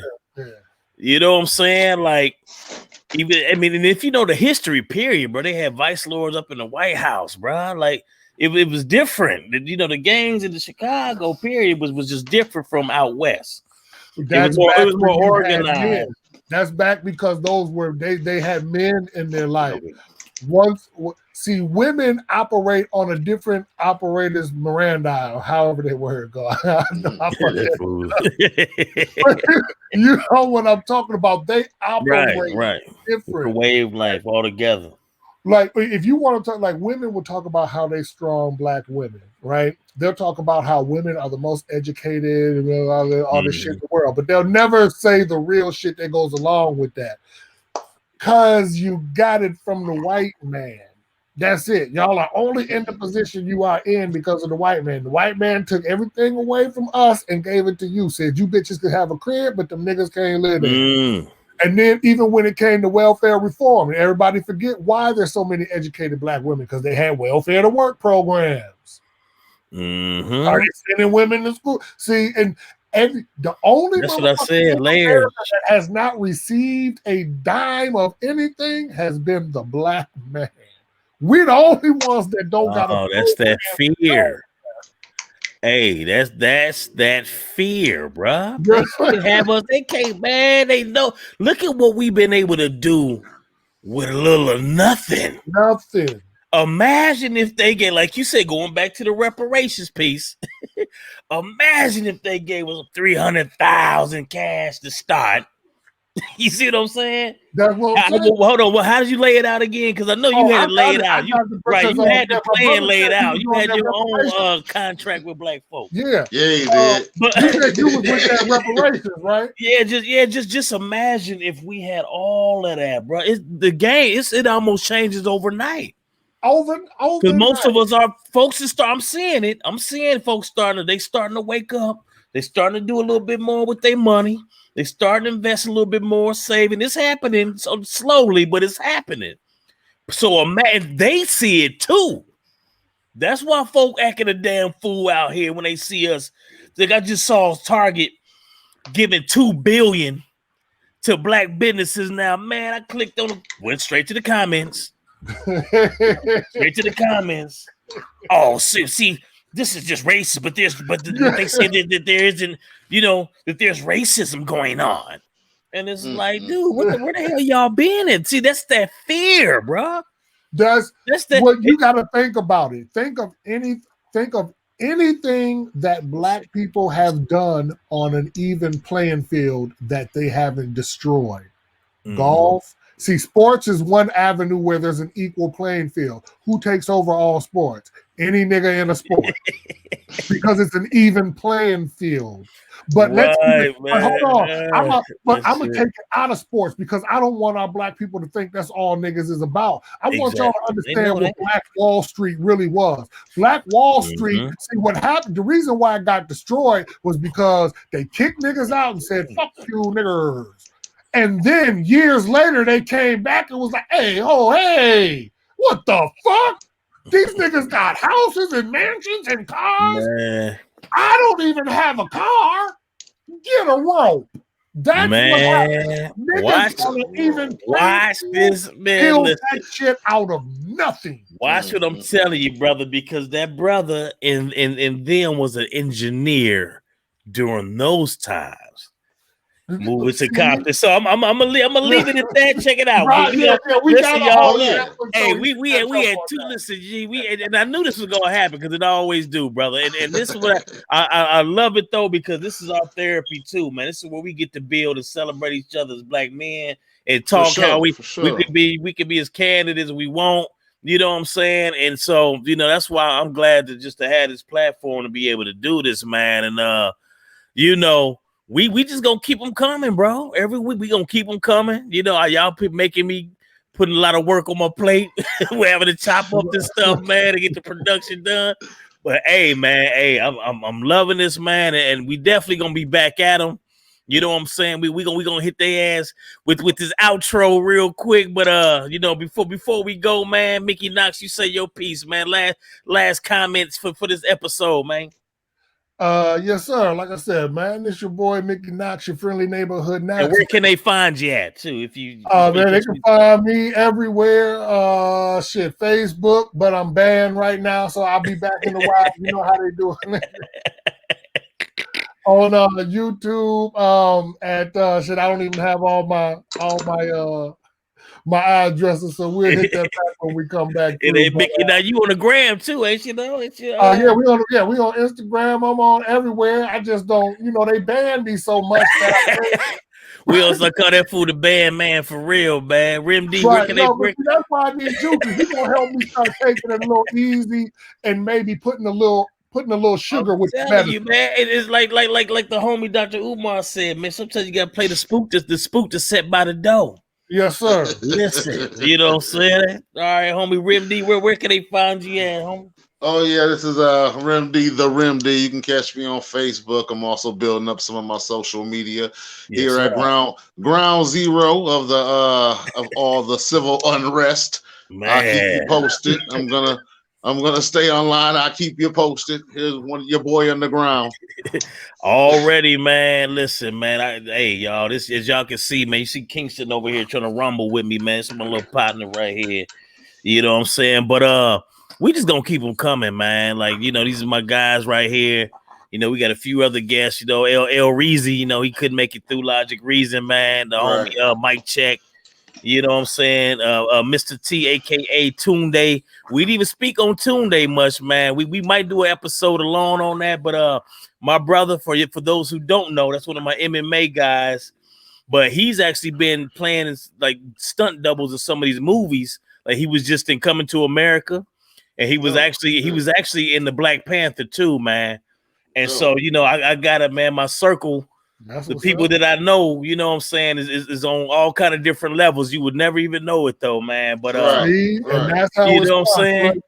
Right. And so we gonna man, I got a lot to bring to the table, man. And so your boy Big Miyagi Vice, King Vice Versa, Boss Certified ENT, I'm all throughout social media, Facebook, Instagram, Twitter. We went on ahead and just made a TikTok too. We're gonna be throwing some of these clips on there too. You can catch them at Popeyes chicken. Yeah, Popeyes, Chipotle, a little bit everywhere. But hey, I'm like I said, I'm amped up.